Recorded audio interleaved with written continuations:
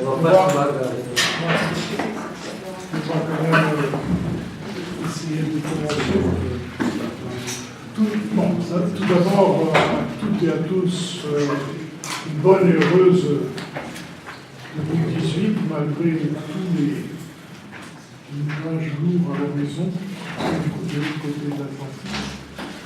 Et donc, c'est un immense plaisir d'aujourd'hui de commencer ces séminaires avec Serge Missel, que je crois que tout le monde connaît, ou presque tous, mais je me permets quand même de faire quelques points de rétrospective pour ceux qui. Parce qu'il y a aussi des revenus et qui ne viennent pas nécessairement sur nous. Et que Gisèle Sapiro ait accepté d'être discutant.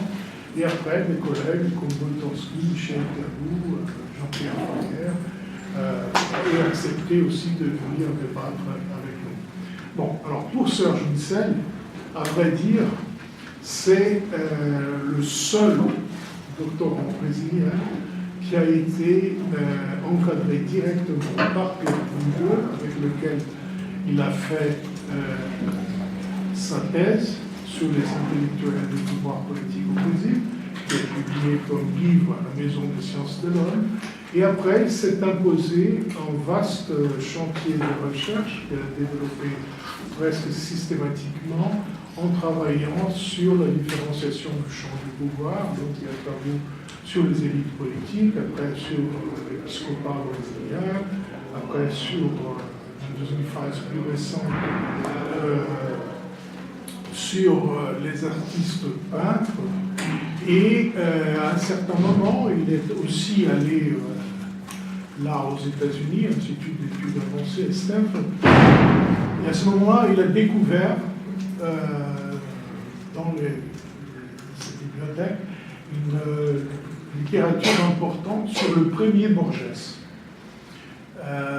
Et donc, avec la découverte du premier Borges, que Borges lui-même voulait mettre une pierre dessus, il a vu qu'il y avait une discussion à reprendre sur cette question de jusqu'où l'expérience sociale était au centre des thèmes développés par les écrivains. Et comme ça, il commence toute une série de textes sur la littérature argentine comparée à la brésilienne. Donc voilà, là il arrive à un livre qui est publié en portugais et en espagnol. Et bon, puisque nous avons la présence aussi de Boltanski, Serge est venu justement au début d'actes de la recherche en sciences sociales. Et Boltanski, l'autre jour, me racontait qu'il avait lu le papier de Serge Missel pour actes de la recherche quand il écrivait le texte sur Amiel. Et donc l'hypothèse que dans le champ du pouvoir, les écrivains étaient du côté féminin et qu'il y avait d'autres positions qui étaient du côté masculin, tout d'un coup, Bourdieu dit « Ah, mais vos papiers sont très proches, ce serait bien que vous rencontriez tous les deux. » Donc c'est un immense bonheur de voir tous les deux ici. Bon, Gisèle Sapiro, tout le monde connaît, tous les travaux sont références sur les écrivains et les champs du pouvoir et l'autorisation, surtout en France, et plus récemment, des livres sur la sociologie de la littérature, et qui nous, maintenant, en dialogue serré avec les Brésiliens et les Argentins. Elle était aux dernières réunions là, de la Société brésilienne de sociologie. Donc, en inscrivant ces dialogues dans tout ça, et en remerciement la présence de tous, je passe à Misseli, et après on commencera par la discussion. Tout en le bouquin en portugais, c'est pas en disant que... mais vous pouvez le voir. On me l'a envoyé, mais c'est seulement très bien. Gisèle n'a pas eu de texte pour pouvoir lire avant l'intervention de Sergio. Donc ça se fera un peu à la brésilienne, par l'oralité. Bon. Alors, je remercie Afrenio de l'invitation et Gisèle d'avoir accepté d'être la discutante. Je suis très très heureux que mes anciens copains au centre, Pierre-Loup, Guerre et Luc, que je voyais depuis 30 ans, je pense, 30 ans, 25 ans.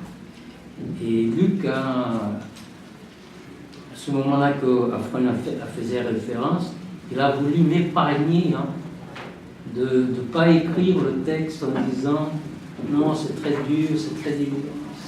Il va commencer sa thèse et finalement, on a été publié dans le même numéro.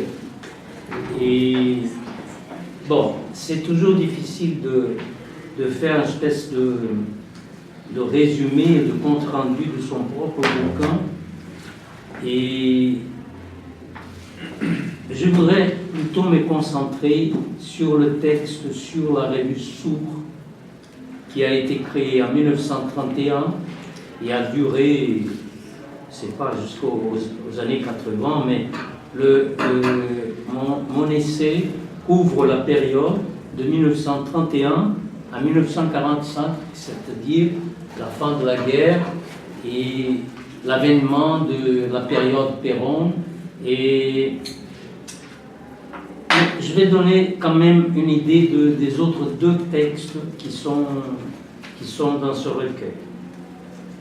Le premier texte, c'est mon premier texte sur les intellectuels argentins, a été publié en 2004 et où j'ai essayé d'esquisser pour la première fois une approche comparative entre les avant-gardes argentines et brésiliennes dans les années 1920.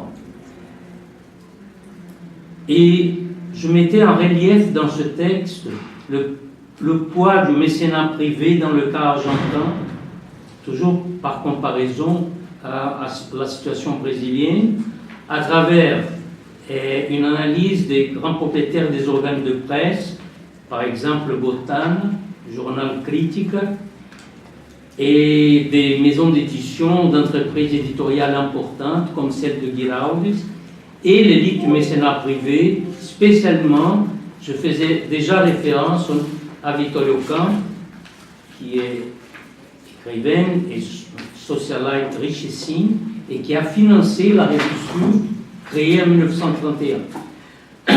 J'ai voulu retenir ce texte, car il offre un premier essai d'analyse comparative dont les cibles est le mécénat privé. Ce texte a été refait, élargi et a été publié dans le recueil d'Anna Boschetti qui s'appelle L'espace culturel transnational 2010, et c'est une version beaucoup plus complète. Et bien, même avant le début de cette recherche, change de page. Alors, après l'exercice comparatiste, allait surtout souligner, je dis après, cette deuxième version qui est publiée dans Historia Social de los Intelectuales Latinoamericanos, qui a été publiée en espagnol et à Madrid et à Buenos Aires par Katz, et en français par Anna Boschetti.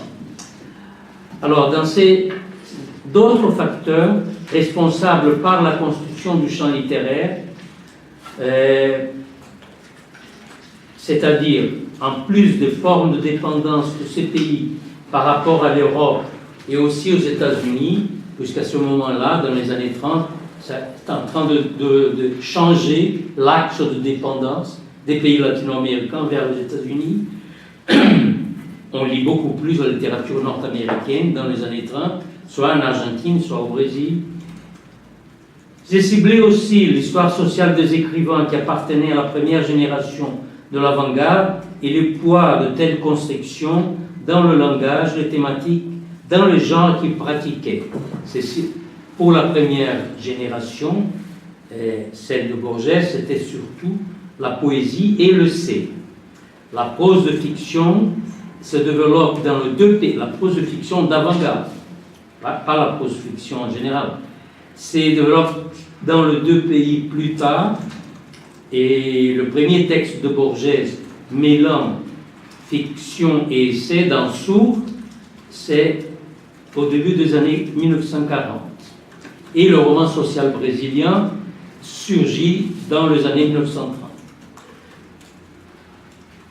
Bon, ça pour le premier texte. Le troisième texte du volume est sur Alfonsine Storm, poète, et Horace Quiroga, qui est un conteur, a été conçu selon les coordonnées d'une recherche sur les échanges entre l'industrie culturelle et la haute culture dans les deux pays, et tient pour objet deux écrivains qui avaient réussi avec éclat dans les médias des années 1930, dans les revues de variété, dans les journaux, dans lesquels ils faisaient circuler leurs textes et leurs interventions, aussi comme chroniqueurs et faisant la critique de cinéma aussi, le cas de Quiroga.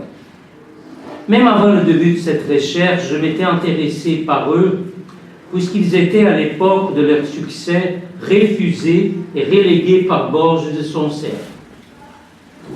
D'ailleurs, une parenthèse, lors de leur disparition, ils se sont les deux suicidés dans les années 30. Lors de leur disparition à la fin des années 30, c'était la seule occasion qui les a garantis d'être nommés dans la revue Sourd à travers des textes plutôt défavorables à leurs exploits dans le domaine littéraire. Seulement quand ils sont morts. C'est la seule référence. Alfonsine Quiroga est écrivain à grand succès commercial et dont les expériences de vie et de travail se prêtaient à des matières dans la presse et à l'exploitation iconographique de leurs figures. Alors dans ces textes, il y a toute une section dans le livre qui fait une analyse des photos utilisées dans les matières de la presse de deux écrivains. Alors c'était un peu les écrivains du Star System de l'époque.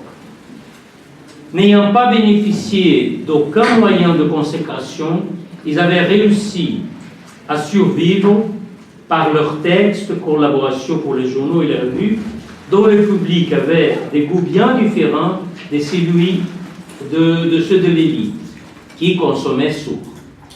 Ils ont connu une longue période de rejet et d'oubli de la part de la critique et de l'histoire littéraire, en dépit de leur sujet et intérêt littéraire, de l'attrait de leur sujet et intérêt littéraire. Mais leur fortune critique a souffert un renversement favorable dans les années 1980, d'abord car l'attention accordée par des critiques renommés comme Émile Rodriguez-Monégal, la publication de leurs œuvres complètes sous la griffe des maisons d'édition prestigieuses comme Losade dans les années 90, et la publication de volumes de correspondances, des biographies, seulement Alfonsine, c'est environ 20 ou 25 biographies, la publication de comptes complètes de Quiroga dans la collection Archives, qui est une collection très prestigieuse en Amérique latine. Tout cela a contribué à une relecture qui les a accordé le statut d'écrivains cultes ayant su constituer un style original et chaleureux. Bon, comme ça, je donne rapidement l'idée de premier et de troisième texte. Alors, pour la lecture, qui c'est bien la moelle du volume. Sourd, c'est, disons, l'expériment clé du champ intellectuel argentin dans les années 1930-40, aux prises avec une orageuse conjoncture politique sur le front domestique et international. Bon, parenthèse, je n'évoque pas beaucoup ici les théories du champ, puisque j'imagine que vous la connaissez d'abord. Et aussi parce que les ressorts de cette théorie sont investis dans l'analyse. Ce n'est pas la peine d'exagérer. Mais une parenthèse qui fait du sens dans ce cas-là, c'est ce qu'on a tendance en Amérique latine d'exagérer dans le couple autonomie-hétéronomie, l'hétéronomie. Et on a tendance ici d'exagérer l'autonomie. Alors, ici on gonfle l'autonomie quand il y a beaucoup de cas où il n'y a aucune autonomie. Et en Amérique latine, on gonfle l'hétéronomie, justement parce qu'il fait énormément de sens de souligner les liens entre le champ intellectuel et le champ politique et les origines sociales des écrivains, et tout ça fait énormément de sens, mais dans le cas, par exemple, de Borges ou de Mário de Andrade, des écrivains qui ont une œuvre très complexe, et l'idée d'autonomie, il faut se rendre compte comment ils ont surgi, comment ça a été possible. Alors, l'hétéronomie n'explique pas beaucoup, finalement, dans certains cas. Ça, c'est une parenthèse. Je ne voulais pas parler du champ. Alors, Sourd signalait l'entreprise de l'élite cultivée associée aux grandes promesses de l'intelligence argentine. Entre parenthèses, Borges avait 32 ans en 1931. L'intelligence argentine de la nouvelle génération, la génération qui avait fait l'avant-garde dans les années 1920. Mais cette coalition a dû résister à la concurrence des groupes catholiques et qui, disons, toute la lutte idéologique à l'intérieur de Sourd passe par la médiation de l'affrontement avec le catholique. Et disons qu'il y a une espèce de concurrence entre l'intelligence catholique, la hiérarchie ecclésiastique et l'intelligence laïque catholique et le groupe de Sourd autour du contrôle idéologique de ce secteur cultivé de l'élite. Ça, c'est un enjeu très très important dans toute cette période dans la revue. Les discours officiels des fondateurs de la revue définissent celle-là comme instrument d'une avant-garde de l'intelligence, d'une minorité de l'élite cultivée, soustraite aux contraintes extraculturelles, c'est-à-dire imperméable aux injonctions politiques. Le rôle et les fonctions de l'écrivain, de l'intellectuel, étaient les topos plus ciblés, pas seulement en Argentine, en Europe aussi et en France aussi à ce moment. Mais les analyses sur ces rôles-là, sur ces fonctions, ça varie énormément selon les circonstances, disons, les circonstances politiques que la revue doit donner une réponse dans cette période. La revue se voulait au-dessus de la mêlée, c'est-à-dire elle se voulait indépendante des partis politiques et de leurs dirigeants, indépendante de l'Église et des organisations de gauche. En dépit d'une conjoncture grave de crise sur le plan économique, social, politique et culturel, dès le moment de création, c'est en Argentine, je ne peux pas donner tous les détails, mais je fais référence rapide, c'est après la chute d'Irigoyen, c'était le gouvernement constitutionnel, et la prise du pouvoir par le militaire dirigé par le général Uriburu en 1930, jusqu'au coup militaire de 1943, qui c'est le moment de l'ascension de Perón, comme ministre du Travail d'abord, et la revue ne s'est jamais prononcée sur la relâche des droits politiques dans toute cette période. Apparemment, je ne sais pas si les Argentins seront d'accord avec moi, mais apparemment l'Argentine dans les années 30 est plus démocratique que la dictature Vargas. Mais moi je dis dans le texte, ça c'est une façade, parce qu'il y a beaucoup les généraux sont dans le contrôle, il y a beaucoup d'interventions politiques dans les provinces, il y a beaucoup de répression politique, et disons que c'est une dictature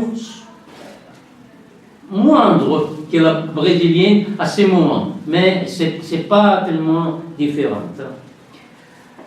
La revue avait partie liée avec, ça c'est pour comprendre bien le domaine de sociabilité où tous ces gens circulent.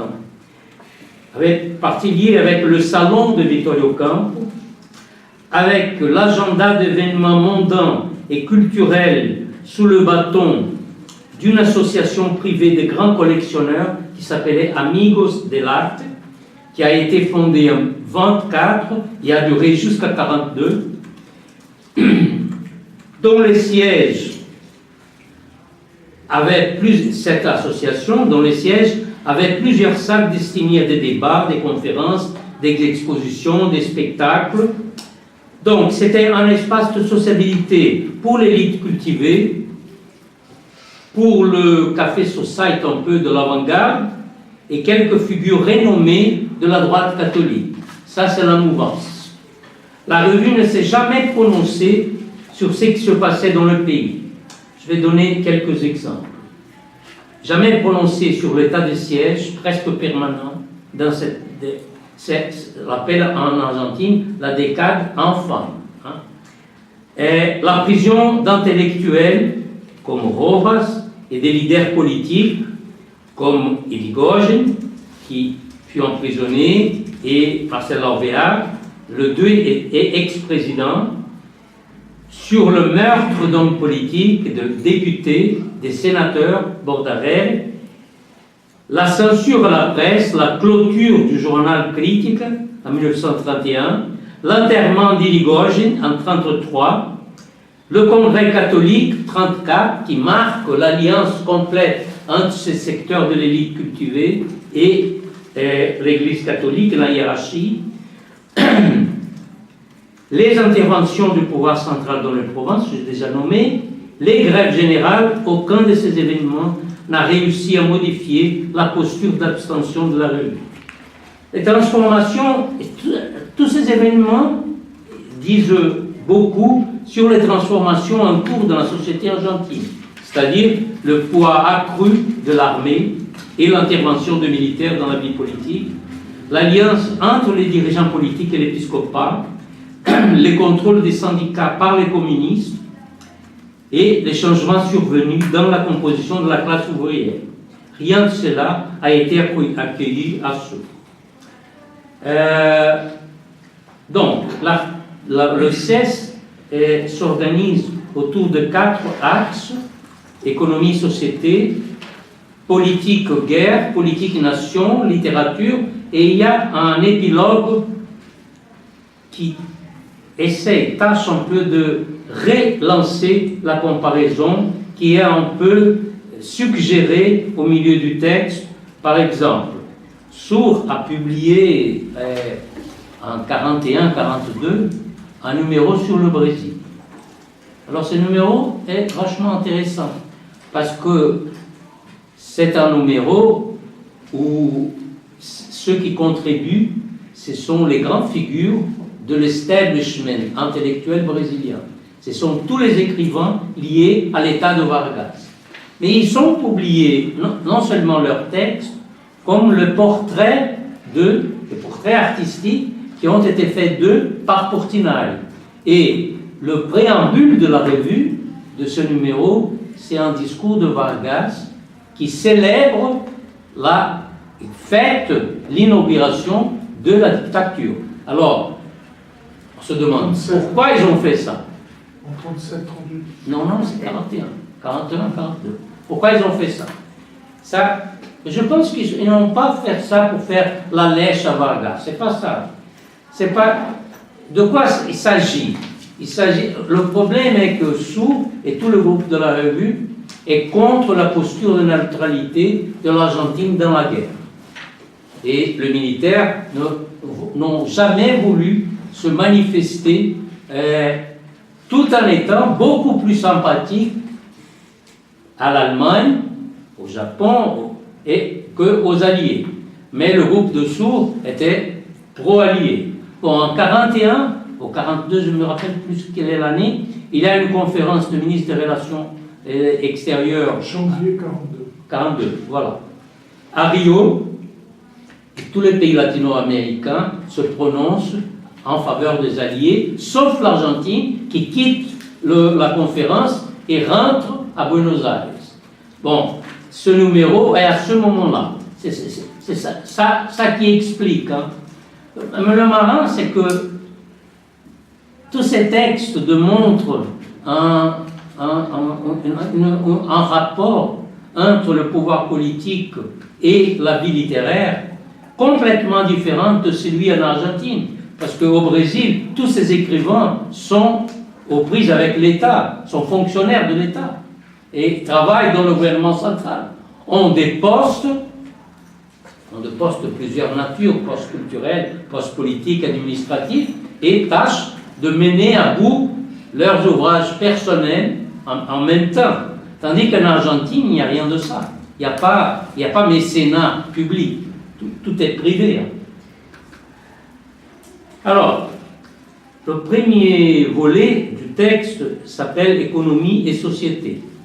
J'ai voulu faire exprès de mettre économie parce que Source, ce n'est pas seulement la revue. Source, c'est un business. Hein? C'est une affaire économique très importante. Non parce et ceux qui sont responsables du financement ont mis beaucoup d'argent. Parce que s'était organisé au fur et à mesure comme un business. Ils ont fondé une maison d'édition très importante, faisant des traductions très soignées et qui ont eu un retentissement en Amérique latine. Source, pendant la guerre, pendant l'occupation en France, a ouvert une revue, sa fille, qui s'appelle Lettres françaises, qui était dirigée par Roger Caillois et qui publiait beaucoup d'auteurs français en Amérique latine. Alors, Vittorio Campo aussi était la dirigeante responsable de l'agenda culturel du Théâtre Colón dès 1934. Et tous ses partenaires et ses associés appartenaient à tous les organismes culturels dominants dans la ville de Buenos Aires. Donc, ces partenaires de Vittorio Campo étaient les dirigeants des prestigieuses institutions de la fraction cultivée de la classe dirigeante, propriétaires de terres, d'hôtels particuliers, de maisons modernistes, collectionneurs d'œuvres d'art, bibliophiles et managers des organismes culturels, cumulant toutes les espèces de capital économique, social et symbolique. Bon, j'analyse dans ce volet-là le cas des frères Garanho, cousins Augusto, riches d'Olivier de Gironde, mais ce n'est pas la peine de faire ça ici parce qu'on n'a pas le temps. Étant des gens très cultivés, amants des arts, ils ne se sont jamais engagés avec le parti politique. Alors, je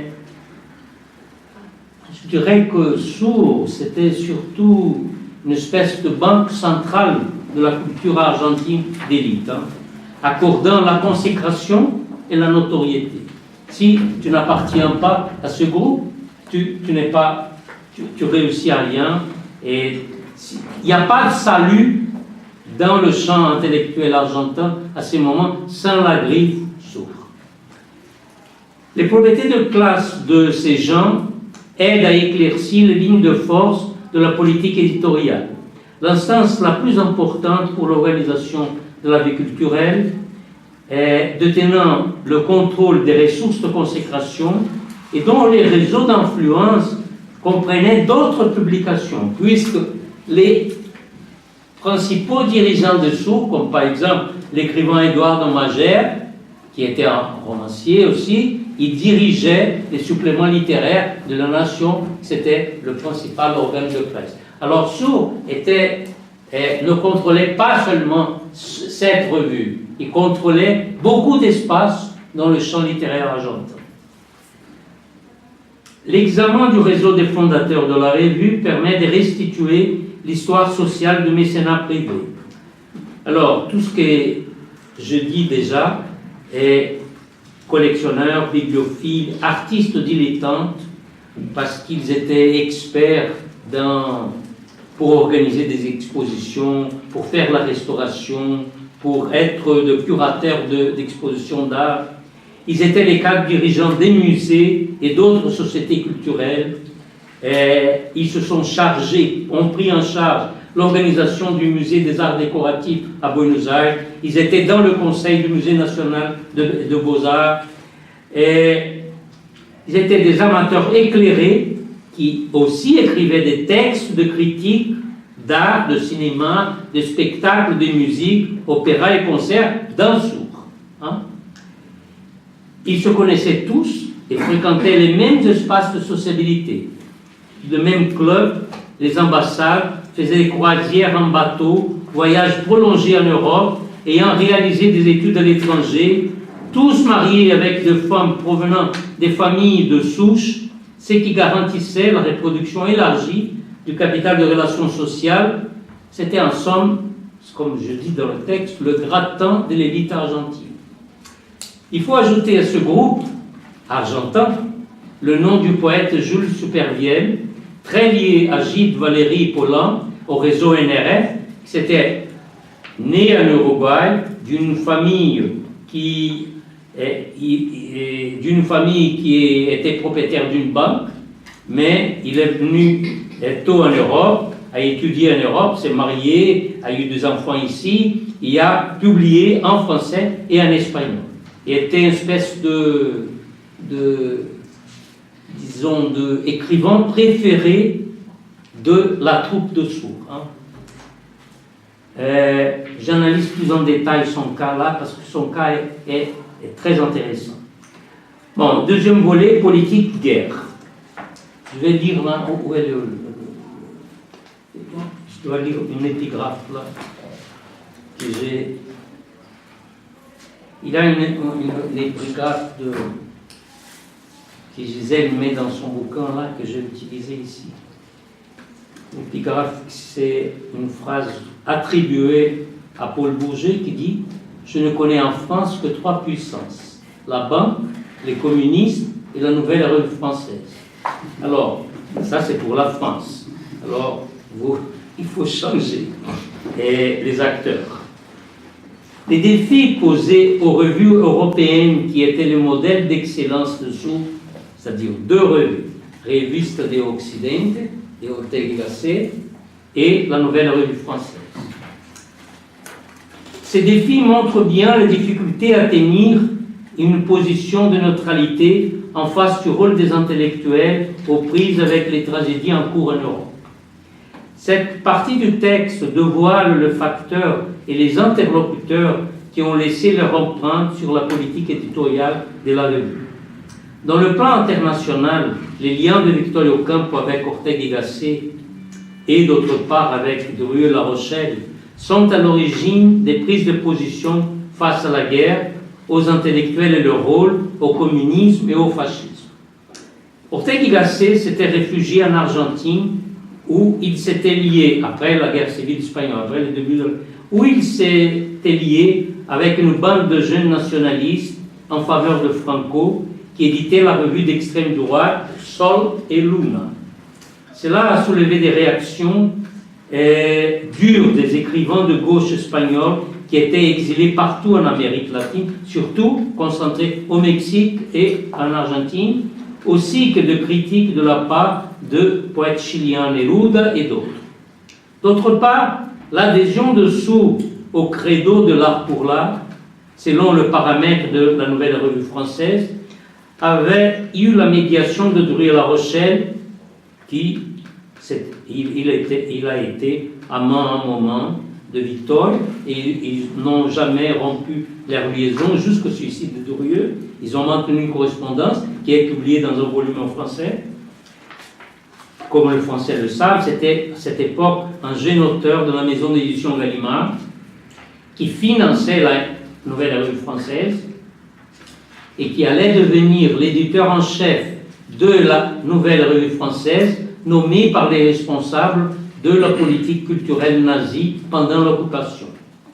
Alors, pour toute cette partie, je dois beaucoup au livre de Gisèle, La guerre des écrivains, pour comprendre les orientations politiques et doctrinaires de tous les courants d'opinion en concurrence à l'intérieur de la Nouvelle Revue Française, spécialement de ceux comme par exemple Ramon Fernandez, André Roland de Renéville et d'autres que personne ne connaît aujourd'hui, et qui étaient lieu-drieux et qui n'ont pas cessé de contribuer à l'NRF après l'occupation. Alors, c'est dans ce scénario de conflit qu'on peut piger les bagarres entre Sourd et la revue catholique Critère. Tandis que Sourd était désigné comme un instrument de la gauche par cette revue catholique, les gens de Sourd soutenaient la défense du primat du spirituel sur le politique. La réaction catholique voulait contrecarrer la concurrence de Sourd dans le domaine conservateur en publiant les écrits des auteurs catholiques réputés, et spécialement ceux de Maritain. Maritain, c'était l'enjeu principal de la dispute. Sourd était donc attaqué en plusieurs fronts, soit les compatriotes catholiques intégristes, soit par de Rouilleux qui dénonçait Sourd comme allié ingénu de Moscou, soit les plantes exilés espagnols. Troisième volet, c'est... Oh, on est dans quelle année 1900... Tout se déclenche en termes de bagarre politique après le début de la guerre civile espagnole. Hein? Mais le texte sera jusqu'à 1945. Ça. Oui, je sais, mais là pour la bagarre avec Maritain... Ah, tout ça c'est 38, 39. Oui, c'est en pleine guerre d'Espagne. Ils ont publié deux textes importants de Maritain sur la guerre civile espagnole. Voilà, au moment où il bascule dans la politique. C'est ça.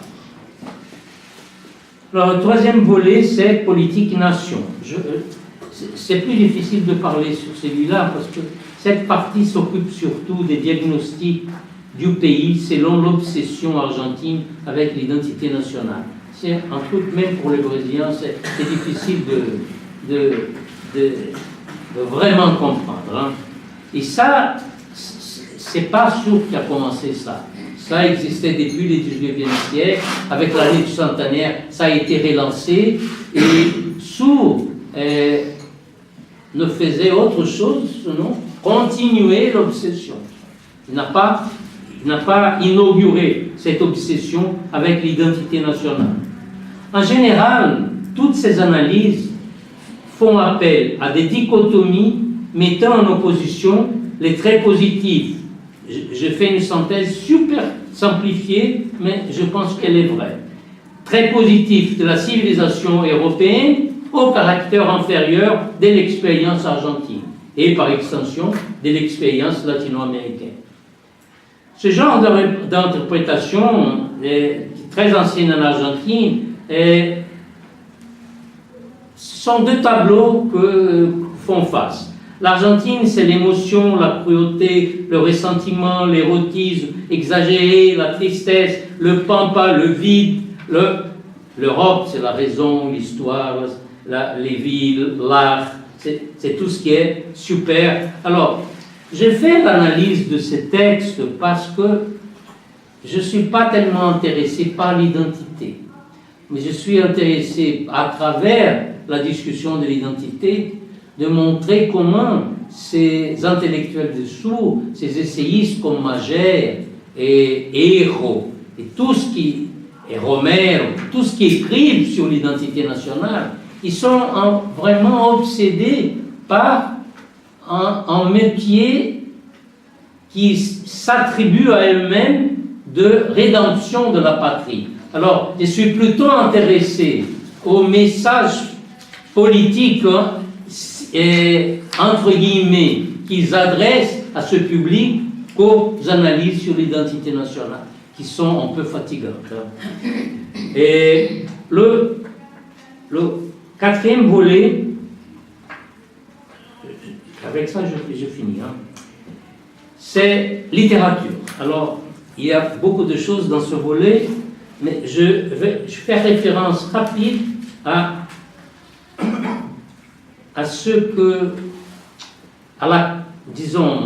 au procédé et à la curiosité de Borges par le procédé de l'industrie culturelle. Ça, c'est un moment important de cette partie.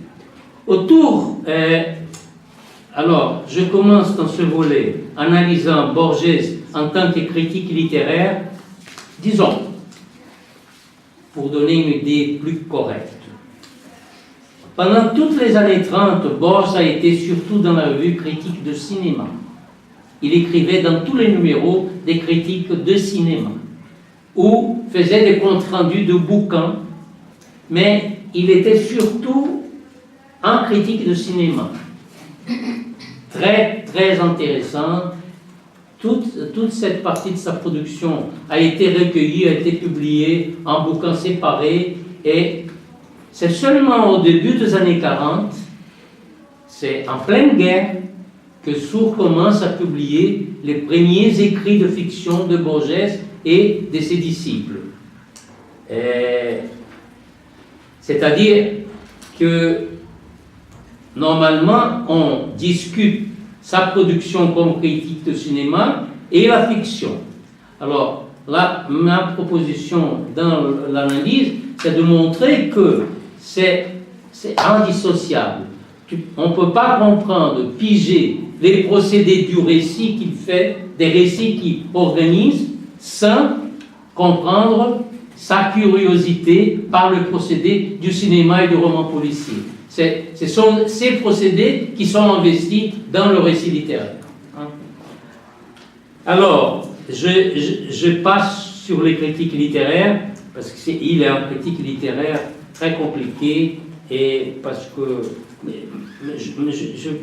et puis comme critique de cinéma dont les procédés des ressources de langage nouveau nourrissent ses écrits de fiction du début des années 40. Le texte ciblé ont été ses critiques de cinéma, ses réflexions sur le roman policier et ses écrits métaphysiques. Ça aussi c'est intéressant, parce que ces écrits métaphysiques, la critique ne prête aucune attention, et je pense qu'ils sont des écrits vachement importants pour piger qu'est-ce qu'il veut faire comme projet littéraire. Mais je ne vais pas parler de ça aussi, seulement dans les textes. J'ai voulu souligner la curiosité de Borges dans le domaine culturel de l'époque, son intérêt pour le cinéma nord-américain, par le metteur en scène européen qui travaillait en Amérique, Steinberg, Lubitsch, Hitchcock, par les studios Disney, par les divas, par les conventions du roman policier, ainsi que par la primauté des images dans le récit au cinéma. Tout cela dévoile ses investissements pour comprendre le genre profitable de l'industrie culturelle de l'époque. Et n'ayant pas associé de tels biens destinés à des publics hétéroclites, au mauvais goût de masse, des pauvres, des travailleurs, et ça faisait la critique littéraire française et anglaise. Les procédés du roman policier et des films allaient laisser une empreinte sur la littérature qui commençait à inventer. Et donc, j'analyse deux contes, les Noches de Goliath, dos contos qu'il a écrit avec Bustos Domecq, là, et j'analyse deux contes en mobilisant ces ressources et ces procédés. Finalement, ce que je voulais dire, c'est ça, qu'il n'a pas partagé les partis pris et les préjugés de la critique littéraire de l'époque, anglaise, qu'il était complètement obsédé par les Anglais. Eliot, Richards et Leaves, mais aussi française, concernant une prétendue crise de la culture dont seraient responsables l'industrialisme, les sécularismes, la démocratie et tout ça. Bon, et pour l'épilogue comparatif final,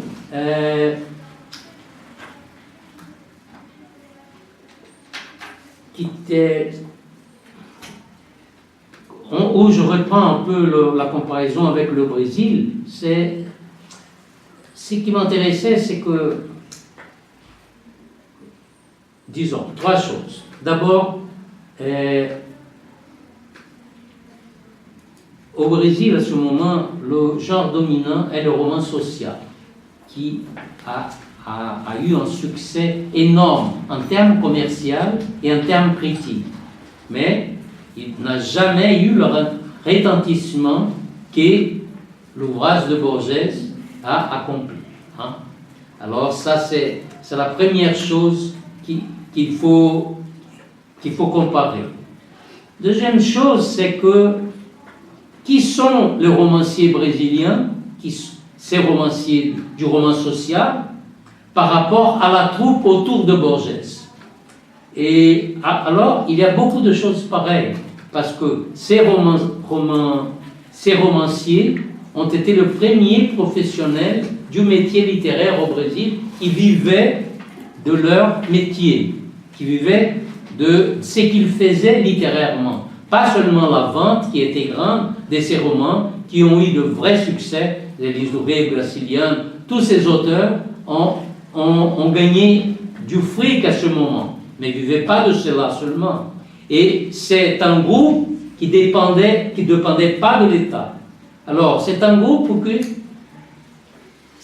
coïncide dans beaucoup de points avec le groupe autour de Sou, des écrivains professionnels autour de Sou, Bianco, Bioy Casares et tout.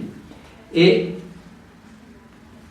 donc, je fais un peu cette comparaison. L'autre comparaison, c'est quel est, disons, quel est le résultat de l'influence nord-américaine pour les écrivains de Sou et pour le romancier brésilien.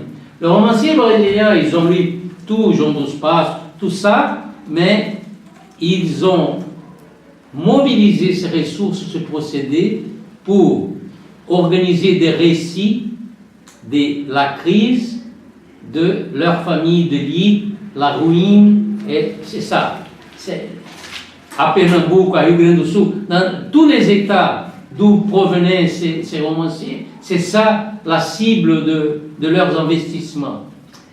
Tandis que, comme je montre là dans l'analyse de la part littéraire, Borges a utilisé les procédés et a fait une espèce de parodie du cinéma et du roman policier. Par exemple, l'un des textes que j'analyse là,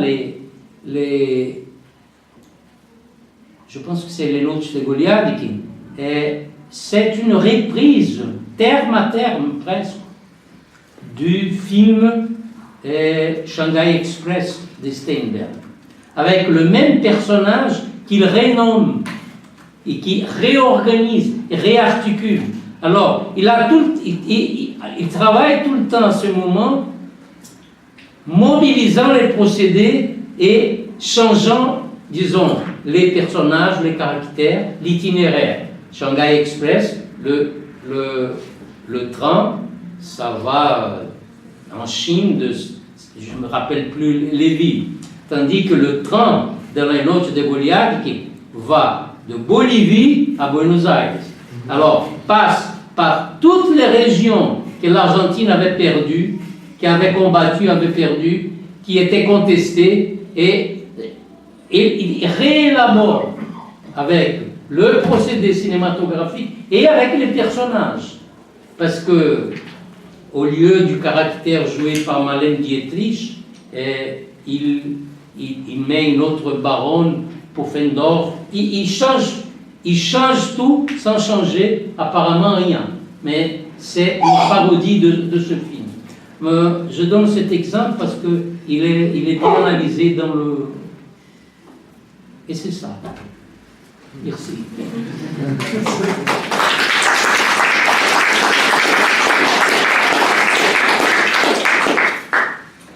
Donc, je passe à Gisèle.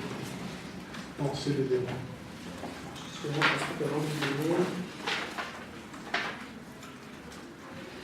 Merci beaucoup Sergio pour cette présentation. Alors je voudrais dire que c'est un très grand plaisir. Je remercie Afrano de m'avoir offert cette occasion de poursuivre la discussion très ancienne déjà avec Sergio. C'est vraiment à la fois un plaisir et un honneur pour moi. C'est vrai que le livre de Sergio sur les intellectuels au Brésil a été un point marquant mon introduction aux études sur le champ intellectuel, et c'est vrai que c'est un livre, un des livres pionniers hein, de la sociologie des intellectuels dans cette tradition. Et c'est Francine qui me l'avait fait lire dès que je suis arrivée à Paris, Francine Malgrefus. Voilà, donc, et aussi l'article sur les Anatoliens au Brésil, avec l'article sur Amiel, m'avait fait lire là aussi Francine, a été très marquant aussi pour la réflexion sur la vocation d'écrivain. Voilà. Alors, bon, je ne suis absolument pas spécialiste de la littérature argentine, comme vous le savez, hein, donc je ne pourrais faire que des remarques très générales. Et il y a ici plein de gens très spécialistes avec la littérature argentine ou la littérature brésilienne qui auront des choses beaucoup plus précises à dire. Moi, ce qui me frappe dans ton étude, et j'ai malheureusement pas encore pu le lire, enfin, je vais me mettre à l'espagnol bientôt et je vais y arriver, mais j'ai lu comme des morceaux, puisque tu as publié l'article sur Borges dans le numéro qu'on avait fait sur la vocation d'écrivain. Voilà, donc, et puis on a beaucoup discuté de cette recherche au fur et à mesure, donc j'en ai vu plusieurs étapes dans les années passées, et ce qui me frappe, c'est comment tu arrives à tenir à la fois une analyse très sociologique des conditions de production du goût esthète, hein, parce que c'est ça, c'est cette élite culturelle qui est très différent de la Bildungsbürgertum d'une certaine manière, hein, on voit, alors, qui se distingue par ce goût esthète et aussi par son internationalisation, par alors peut-être ça va de soi pour tout le monde ici, mais peut-être tu pourrais dire un peu plus sur la structure sociale de l'époque pour qu'on comprenne mieux comment il se positionne et tout cet investissement dans l'art. Donc ça, c'est la condition en fait générale de la production à la fois de ce goût esthète et donc de l'autonomie littéraire, artistique, du champ de production culturelle. Donc ça, tu l'avais fait pour le Brésil et maintenant tu le fais pour l'Argentine, et on voit que c'est des conditions très très différentes. Alors j'ai pas eu l'occasion là de relire ton livre pour réfléchir mais à la comparaison, mais tu jettes aussi ici les bases d'une histoire comparée de l'autonomisation des champs de production culturelle dans différents pays, et aussi, c'est très important pour moi parce que je m'intéresse beaucoup en ce moment, du développement professionnel du métier d'écrivain. Quand tu parles des écrivains par rapport au Brésil, qui la plupart étaient en fait des fonctionnaires, hein, et ce qu'on observe aussi dans la France d'Ancien Régime, ils ne sont pas des fonctionnaires, mais ils ont des charges d'État, et ce qui se constitue au XVIIIe siècle, ce que Darnton a analysé, c'est cette bohème littéraire qui vit de sa plume, et à l'époque c'est considéré comme comment dire, avilissant de vivre de sa plume, hein, pour peut-être ses fonctionnaires. Et en France, cette idée de vendre sa plume, ça va rester pendant tout le XIXe siècle. La notion d'écrivain mercenaire qui s'est comparée à la prostitution. Alors ça rappelle aussi en Argentine ce que tu évoques sur le champ de grande production. Ce qui me conduira à une question justement à propos de la dimension genrée, hein, que tu avais déjà explorée sur le champ littéraire. C'est quelque chose qui me frappe aussi par rapport à la France, la dimension genrée de l'opposition pôle de production restreinte et pôle de grande production, pôle littéraire et pôle commercial. Comment en fait ce pôle de production restreinte, ce pôle littéraire, se démarque aussi d'une littérature commerciale qui est aussi très féminine, alors féminine par son public mais aussi par ses auteurs. Et dans ce que tu disais sur Quiroga, tu pourrais en parler un peu plus, me rappeler un peu voilà, Gallimard qui publie la Nouvelle Revue Française en l'entre-deux-guerres, donc qui est un peu l'équivalent de Sceaux, hein, ça devient le lieu de concentration du pouvoir de consécration, hein, dans le champ littéraire, mais Gallimard publie en même temps, parmi les traductions, Margaret Mitchell en 1939, Autant n'emporte le vent, qui lui permet de financer Faulkner, parce que Faulkner c'est des pertes, moi j'ai des chiffres de vente, hein, il gagne pas d'argent avec Faulkner, mais il continue à publier Faulkner. Et Margaret Mitchell, c'est quelques centaines de milliers d'exemplaires, et c'est 100 000 exemplaires, je crois, tout de suite, assez vite. Et donc, voilà, mais elle n'a aucune reconnaissance littéraire. Et donc, et tout d'un coup, je me disais qu'il y a une dimension aussi genrée dans cette opposition. Qui n'est pas seulement dans les métaphores de la vendre sa plume comme une forme de prostitution, voilà. D'ailleurs, c'est très tardivement. Alors, Victoria Ocampo, elle est dans le champ de production restreinte, mais elle l'est en tant que mécène, en tant qu'écrivaine aussi, mais bon, et elle est aussi à travers ses relations. Mais en France, les femmes à ce pôle de production restreinte, il n'y en a quasiment pas. Il n'y en a quasiment pas, hein, et aux côtés des avant-gardes, il faut attendre un nouveau roman pour avoir Nathalie Sarraute, Marguerite Duras, dans un groupe d'avant-garde comme auteur. Hein. Il y a le livre de Suzanne Suleiman sur les surréalistes, où les femmes sont des icônes, mais jamais des créatrices. Alors il y a une artiste tchèque, Toyen, mais en France, il n'y a pas de... Il y en a, mais elles ne sont pas reconnues comme faisant partie vraiment du groupe, à part la photographe, j'oublie son nom, la Claude Caron, qui d'ailleurs s'habille en homme, comme Georges Sand au XIXe siècle. Voilà, donc il y aurait tout un... Alors ça, c'est la structure du champ, hein, que tu analyses aussi. Et puis il y a la question de la modernisation dont tu parles, le développement tardif de la fiction. Donc ça aussi, il y a des travaux maintenant qui se font sur les champs littéraires africains, où on voit effectivement que le développement de la prose est très tardif. Hein, ces années 70-80, je pense au livre de Claire Ducournau, qui est une thèse réalisée ici à l'école, où en fait les genres dominants, c'est la poésie et le théâtre. Et en France, c'est la même chose, c'est le modèle de la prose, il arrive vraiment, il s'anoblit que dans les années 1830, il commence à s'anoblir dans les années 1830, avec, d'ailleurs en se faisant passer, je dis encore le monde comme des études sociologiques, avant d'être stylisé, esthétisé par Flaubert et tout le groupe de l'art pour l'art. Donc le genre dominant esthétiquement, dans le champ littéraire, c'est la poésie jusqu'au milieu du XIXe siècle. Alors, moi je me souviens dans ton livre sur le Brésil, on voyait bien l'émergence de cette prose qui est liée aussi au capitalisme d'édition et à l'alphabétisation. Voilà. Donc ça, c'est aussi des choses qu'on peut comparer entre différents pays. Alors on peut comparer et puis on peut réfléchir aussi à la circulation des modèles, hein, comment ces modèles entrent dans les différents pays. Et parmi les vecteurs d'introduction de ces modèles, Sourd en est un vraiment très important du point de vue du rôle que Sourd joue au niveau international. Alors avant de venir à Sourd, je voulais dire, j'avais commencé par dire que tu fais à la fois une analyse très sociologique des conditions de production du goût esthétique, et tu vas jusqu'à l'analyse des œuvres même, hein, de Borges, ce que tu disais sur le cinéma et la littérature, c'est extrêmement intéressant, parce qu'en fait, le modèle, maintenant, on fait bientôt un colloque là, sur une circulation transnationale et transmédiale de la littérature, avec des gens qui travaillent sur la voie des Thatcher. Alors, le modèle habituel, c'est, Hollywood se construit sur l'adaptation d'œuvres romanesques, hein. Mais effectivement, les avant-gardes littéraires vont renverser, vont utiliser le cinéma comme une source de renouvellement en termes des formes littéraires.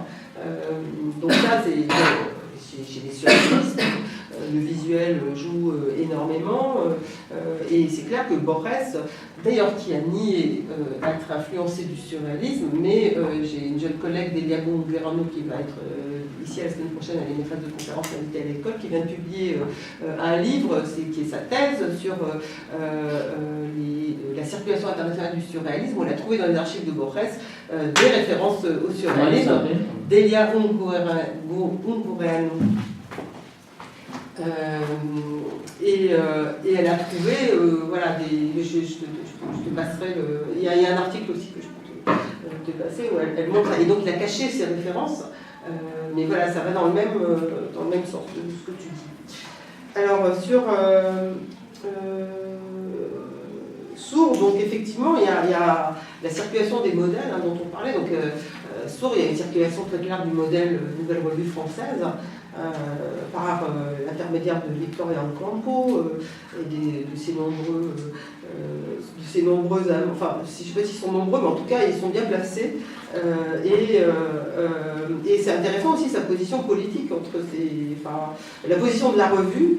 Ce que tu décris, ça ressemble beaucoup à la NRF, l'autonomie face au catholicisme. Dans la NRF, il y a des guerres dans les années 20 très, très fortes pour lutter contre le pôle conservateur. Et d'ailleurs, ils arrivent à tirer des catholiques inquiets, ceux qui remettent un peu en cause et qui d'ailleurs vont être ceux qui vont basculer pendant la guerre d'Espagne et critiquer Mauriac, Bernanos, Maritain, qui vont critiquer en fait l'Église. Donc ils essaient de créer une forme d'autonomie intellectuelle par rapport aux instances et de résister à la politisation. Donc dans les années 20, d'abord ils s'est résisté au nationalisme. C'est la Nouvelle Revue Française, donc elle est quand même liée à ce modèle d'identité nationale, et en même temps la pression est tellement forte pendant la guerre, et il y a un débat dès après la guerre pour résister à une espèce de pression nationaliste, et donc là ils sont attaqués par les nationalistes et par les catholiques, et il y a beaucoup de débats autour de ça. Donc il y a vraiment des équivalents très frappants, et aussi ils essaient de résister aux pressions politiques, des partis politiques qui tentent de capter les intellectuels à la même époque. Voilà, et donc là, de ce que tu décris, on voit cette même résistance à la politisation et une espèce de ni droite ni gauche. Alors dans les années 30, Jean Paulhan, qui est pour la direction de la revue, n'arrive plus en fait à empêcher la politisation, mais il crée des rubriques. Et dans ces rubriques, il s'arrange pour mettre toujours une opinion de droite à côté d'une opinion de gauche pour neutraliser les deux, pour ne pas donner de ligne politique à la revue, même si, grosso modo, la gauche commence à l'importer. Il y a bien sûr Drieux-La Rochelle, qui à l'époque vire, après avoir été proche des surréalistes, est en train de virer au socialisme fasciste. Bon, mais on ne va pas rentrer dans tous les... parce qu'il y a eu beaucoup d'étapes dans son évolution. Mais voilà, il met par exemple l'article de Drieux sur le socialisme fasciste à côté d'un article de Trotsky, tu vois, donc voilà. Donc moi je vois la même chose, et en même temps c'est intéressant parce que il me semble, enfin je sais pas, tu me diras, mais peut-être l'évolution de Sourds vers... c'est peut-être plutôt par le lien de Ocampo avec Caillois, parce qu'elle a d'un côté Drieux, mais elle a Caillois aussi, que ça se passe, parce que Caillois va devenir une figure de l'opposition, de l'opposition à Vichy, l'opposition extérieure, hors de France, donc qui crée un vaste réseau transnational francophone d'opposition au régime de Vichy, un réseau intellectuel et politique imbriqué. Donc il va publier à Buenos Aires des écrivains exilés aux États-Unis ou au Brésil, comme Bernanos. Et puis, grâce à la médiation d'Étiamble, qui enseigne alors à Chicago, il met en place un système d'échange pour diffusion locale entre les lettres françaises et la nouvelle relève de Montréal. Donc là, on voit une internationalisation très importante, parce que Montréal, c'est aussi un refuge pour des intellectuels français pendant la période de l'occupation. Voilà, donc c'est un petit cercle, parce que c'est très artisanal, mais... en tout cas, et c'est aussi un moment important de l'internationalisation de la vie intellectuelle en Argentine, puisque grâce à Ocampo, Caillois reçoit, a une vraie réception, sa revue a une vraie réception dans les milieux argentins. Tout le monde parle français, c'est aussi la domination de Paris, dont parle Pascal Casanova. On est encore à cette époque, mais elle le met en relation, d'ailleurs c'est elle qui le met en relation avec Borges. Ils ne s'aiment pas du tout, mais c'est quand même Caillois qui va faire connaître, c'est lui qui va publier Borges chez Gallimard après la guerre en créant une collection, La Croix du Sud, dont Fiction est le premier titre. Et moi j'ai vu les archives de cette collection chez Gallimard, et c'est cette publication en français qui va faire la réputation internationale de Borges, parce que moi je vois les correspondances après de tous les éditeurs qui écrivent à Gallimard pour dire on ne connaissait pas cet écrivain, c'est qui, c'est formidable, tout ça, et qui demandent les droits, qui pensent que Gallimard a les droits. Donc cette rencontre Caillois se passe en Argentine via Sourd et via Victoria Ocampo. Voilà. Alors il y a aussi des liens avec les exilés français qui passent par des Argentins, comme il y a Madame Cuevas de Vera, qui est une aristocrate, qui va mettre Caillois en relation avec Coindreau, qui est à Princeton au même moment, qui est celui traducteur un des traducteurs de Faulkner, mais là, enfin, celui qui a fait connaître Faulkner chez Gallimard. Il écrit dans le Sourd aussi. Ah voilà. Coindreau, oui, ben c'est grâce à ce lien, voilà. Et donc c'est par Coindreau que les lettres françaises va attirer Mauroy, Romain, enfin un certain nombre d'auteurs, parce que les lettres françaises ont réussi à publier, donc en étant en Argentine, Saint John Peirce qui était aux États-Unis, Breton qui était aux États-Unis, Denis de Rougemont qui était super bien, bon ça c'est par Valéry, Malraux, Gide, enfin bon il y a un ensemble, Éluard, Ponge, Gabriel Mistral aussi, voilà, donc là il y a un moment d'internationalisation très fort du champ intellectuel dans un cadre de politisation, mais qui, c'est ce que j'avais essayé de montrer sur le cas français, tout en revendiquant une sorte d'autonomie littéraire, c'est-à-dire à la fois c'est critique de Vichy, mais c'est pas une littérature, il y a une dimension de littérature engagée, mais c'est pas une littérature, comment dire, de circonstances, complètement politique, quoi, complètement soumise aux politiques, et ce sont des intellectuels qui s'engagent de manière autonome sans être sollicités par les pouvoirs et de manière critique. Alors évidemment, ce que tu dis sur Sourd, sur la période un peu avant, si j'ai bien compris, dans le rapport aux politiques, tu dis qu'en fait, Sourd, pendant des années, n'intervient pas politiquement. Sourd n'intervient pas pendant des années politiquement, est très en retrait, alors qu'il se passe plein de choses. Donc ça pose toute la question de l'autonomie, de l'ambiguïté de l'autonomie, quand on n'a pas les conditions de l'autonomie, ce que Aragon dénonce contre la littérature pure en 40. Qu'est-ce que c'est que la littérature pure? Et c'est contre Valéry qui dit ça. Quand voilà, on est dans une situation d'occupation, qu'est-ce que ça veut dire de faire de la littérature pure? Est-ce que ça n'est pas juste une justification de la situation d'hétéronomie dans laquelle on se trouve? D'ailleurs, ce qui est très intéressant, c'est que le projet de la NRF, tu as rappelé que Drieux-La Rochelle reprend la Nouvelle Revue Française, Pollan l'avait arrêté en 40. Et il a dit il y a des moments où il faut se taire, et son texte s'appelle L'espoir et le silence. Et Pollan refusera de signer dans la Nouvelle Revue Française jusqu'à la fin de la guerre. Il va être un des sas de la résistance. Et Drieux-La Rochelle reprend la revue, et en fait, il en fait une sorte de revue de littérature pure, autonomie, etc.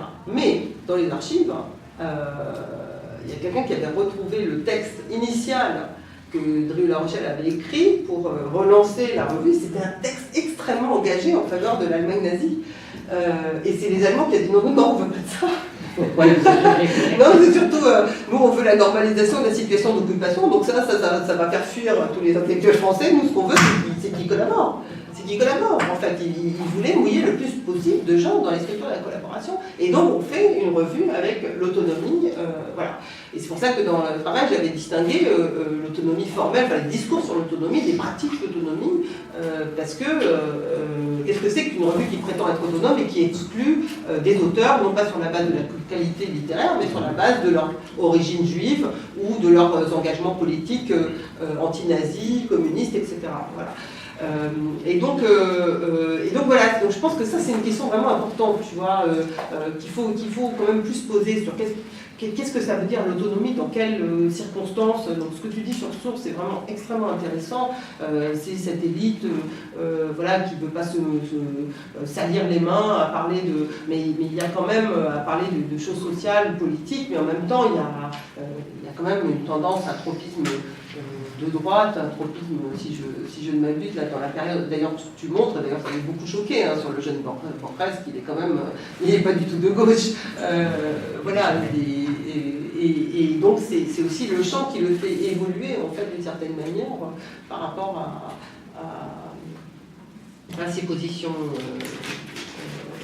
Voilà. Bon, je pense que qu'il y a plein de gens qui, je pense, ont des choses à dire. Donc, voilà, c'était une sorte de petit commentaire spontané. Peut-être si tu peux revenir sur certains points, comme la dimension genrée, ou sur ce que tu veux de ce que j'ai dit, le rôle international de Sourds, cette question aussi d'autonomie. Non, mais merci beaucoup les commentaires. Et non, tu sais, j'ai voulu mettre en relief surtout le rapport avec l'Argentine. Alors, par exemple, même la question juive qui est discutée, qui n'est pas discutée, mais est abordée, est traitée, mais est traitée à travers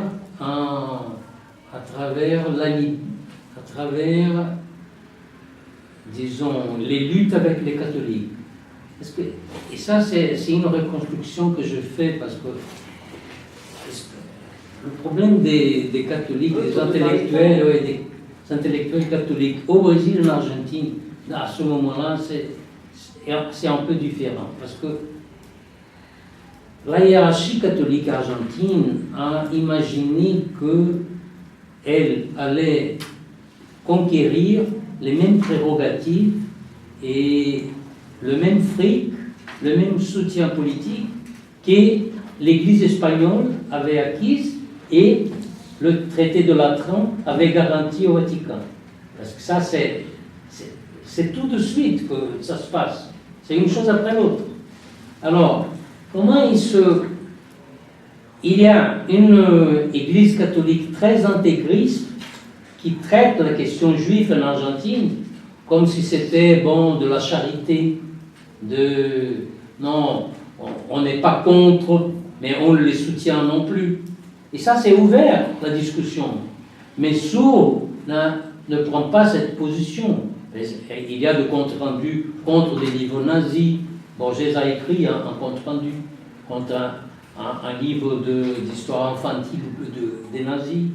Et disons, l'internationalisation... Ça, c'est dans les années 40. Hein? Ça, c'est dans les années 40. Les années 30, déjà. 30, déjà, dans les années 30, déjà. La question juive émerge tout le temps. D'accord. Elle émerge à travers les positions, les prises de position des catholiques. La grande bagarre en interne... contre le nazisme. Ah oui, ça c'est... Oui, ouais, je n'ai pas en tête toutes les dates, parce que je n'ai pas le fichier. Là, ça, juste une chose. La question juive, c'est aussi... C'est la question juive, en parenthèse. Il y a une communauté juive très grande en Argentine. Ce n'est pas le cas au Brésil, parce que la communauté est beaucoup plus petite. Et donc, la question juive a beaucoup plus d'allure dans le débat intellectuel en Argentine qu'au Brésil. C'est ça. Parce que c'est à ce moment, je ne sais pas. Aujourd'hui, c'est 500 000 juifs à Buenos Aires. C'est énorme. C'est la seule ville latino-américaine où je vis des juifs pauvres. Et dans le milieu de Sourds, il y a des intellectuels d'origine juive dans le groupe de Sourds? Non, pas du tout. Parce que dans la NRF, non. En fait, la NRF, c'est quand même justement l'émergence d'un groupe de protestants et quelques intellectuels juifs à une époque où le champ était quand même dominé par les catholiques. Il y avait peut-être un auteur juif à l'Académie française et au bouquin à l'Académie Goncourt. Non, il y en aura le pas, groupe je pense. sourd ne comprend pas des juifs. Bon, il y a ce, Mais la question juive est présente. Hein. Elle est présente tout le temps. il y a ce proche-là de Sora qui s'est Oui, intéressé mais ça, c'est la. Oui. aux maisons d'édition. C'est Alejandro Dujon. Voilà. C'est toujours, merci. Déjà, les maisons d'édition en Yiddish, et que donc, je crois Surtout que après la guerre, en fait. Mais Mais c'est je crois que surtout sa thèse après la était guerre. sur Alejandro C'est une Dujon. histoire du livre juif, éditeur, traducteur et une maison d'édition. Mais quelle période c'est à... Et, en fait, lui, il suit toute l'histoire des éditeurs juifs. Quand même, il y avait Samet et d'autres.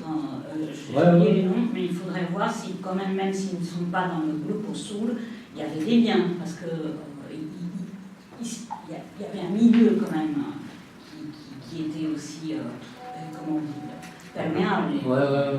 Donc ça pour les éditeurs juifs. Et puis Non, il y a eu des... justement. Non, mais c'est vrai, il y a eu d'importants éditeurs juifs. Il y en a Parce trois. que l'éditeur de Kellogg était un Il juif. y en a trois et je ne me souviens que de ça même, qui était plutôt côté production. Non, mais il y a surtout... Il y en a deux autres qui étaient très liés, par exemple, à tout le monde, en fait, parce que le milieu éditorial, moi je pense que c'est important de voir les juifs. Je ne sais pas Samuel Bluesberg était un... Oui, c'est ça. Oui, il y en a beaucoup. Ce sont des petits éditeurs. Hein. Et il y avait quand même des liens avec les gens de Soul. Je ne sais pas si directement avec Victor. Non, il n'écrivait pas dans la revue. Il n'avait pas accès à la revue comme auteur. Non, pas du tout. Non, mais la question juive, elle est présente. Et elle est très présente parce que c'est un enjeu de lutte pour les catholiques important en Argentine.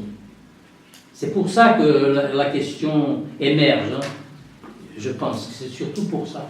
Parce qu'il n'y a pas de juifs soutenant des positions en sourd. Hein.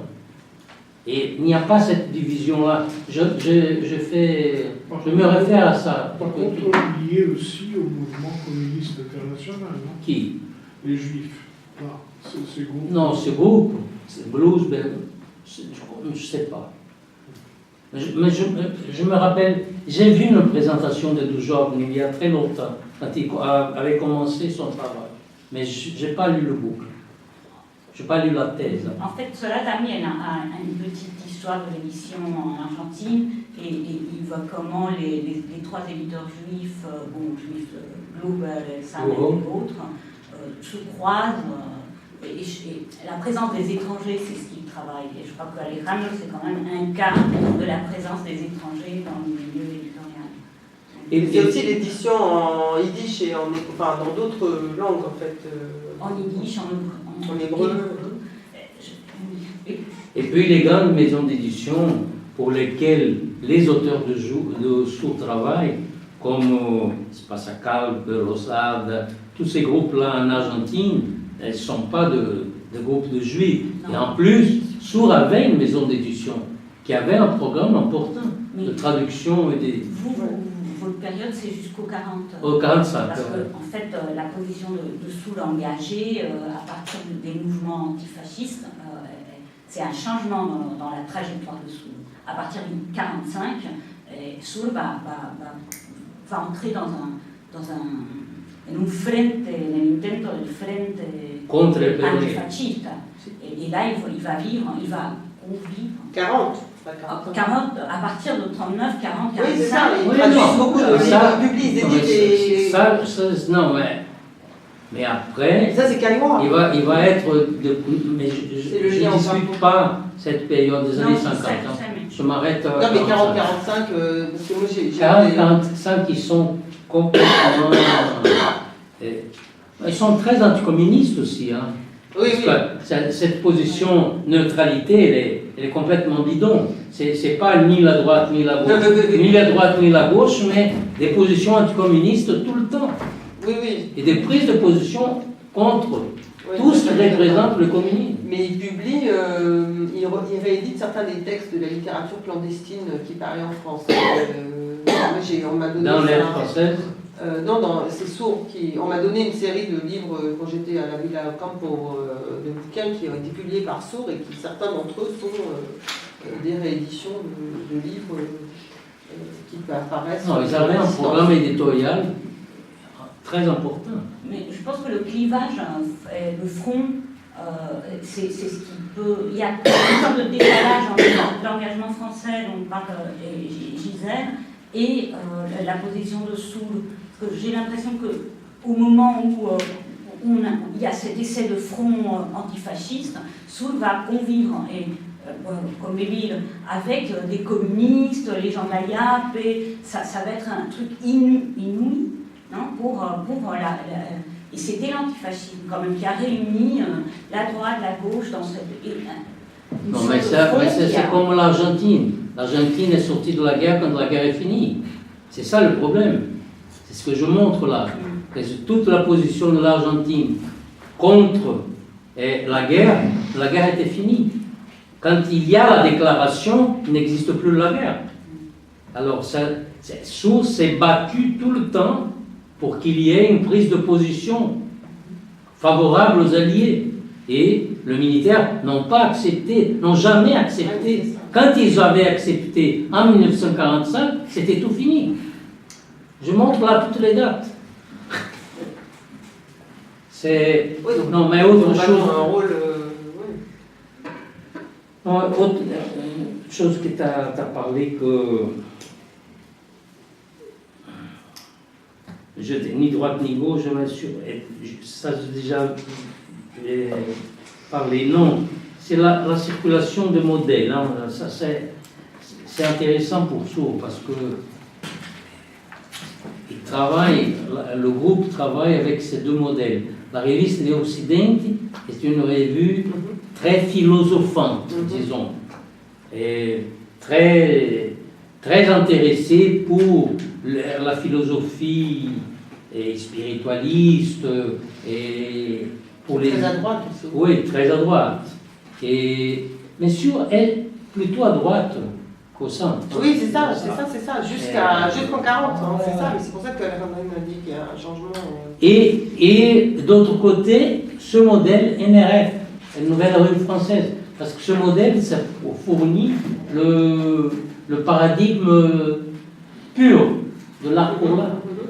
Il y a de tas de textes dans cette période sur ce problème. Tout le temps, ils sont obsédés par ça. Hein. Et autre chose que tu as parlé, que je trouve que c'est intéressant, j'ai fait exprès de ne pas centrer l'analyse de l'histoire sociale sur Vittorio Campo. Parce que Vittorio Campo, c'est, disons, la figure cible de toute la bibliographie. Ils essayent tâchent toujours d'expliquer tout par cette courageuse femme qui a beaucoup d'argent, mais ça, c'est tout ce qu'elle disait d'elle comme ses mérites exceptionnels. Tous ces mérites, elle partage avec ses partenaires, avec ses cousins bourriches, le frère Garin. Ils sont socialement, ils sont très semblables. Et en termes de volume de capital aussi. Alors, j'ai fait exprès parce que si on ne concentre pas sur elle, le lien sociétaire du groupe apparaît plus clairement. Et si on est centré sur elle, c'est comme si c'était une espèce de créatrice ex nihilo, du rien, tu vois. Alors, non, parce qu'il y a une bibliographie sur elle.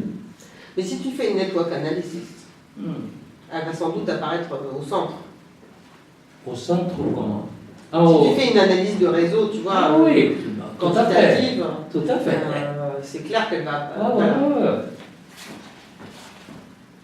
Et... Elle relie en fait des réseaux distincts, en fait. C'est ça. Mais l'autre chose intéressante qu'on pouvait discuter beaucoup, c'est que Quiroga et Alfonsine étaient bien ce pôle de production, disons, de l'industrie culturelle et... La littérature industrielle, comme disait ça. Oui, c'est ça. Et Borges et son groupe, c'est la production restreinte. Voilà. Et ça, c'est... je me suis intéressé toujours à eux parce qu'ils montraient un autre aspect du chant. Bien sûr. Un aspect qui ne c'était pas, Bah oui. c'était pas le dominant. Non, mais moi, la question que je te posais, c'est tout d'un coup, je commençais ces derniers temps à penser ces dimensions genrées, tu vois, de cette opposition entre pôle de production restreinte et pôle de grande production. C'est-à-dire les femmes du côté du pôle commercial, quoi. Et sur le développement tardif de la prose d'avant-garde, parce que ça, il faut dire aussi, parce que quand on dit que cette avant-garde commence une prose d'avant-garde dans les années 40, mais il y avait toujours le roman traditionnel en Argentine qui vendait beaucoup, Galvez et tout ça. Ça c'est jamais arrêté. Alors, quand je me refais... Ça commence quand, ça? Ah, ça... Dès la génération romantique, ça commence. Marcel, ça c'est loin. Hein. Ça, quand je dis c'est prose d'avant-garde de ce groupe, c'est pas ce qu'il y avait prose roman, il y avait tout le temps. Hein. Oui, mais alors justement, il n'y a pas un pôle de production restreinte romanesque avant ce moment.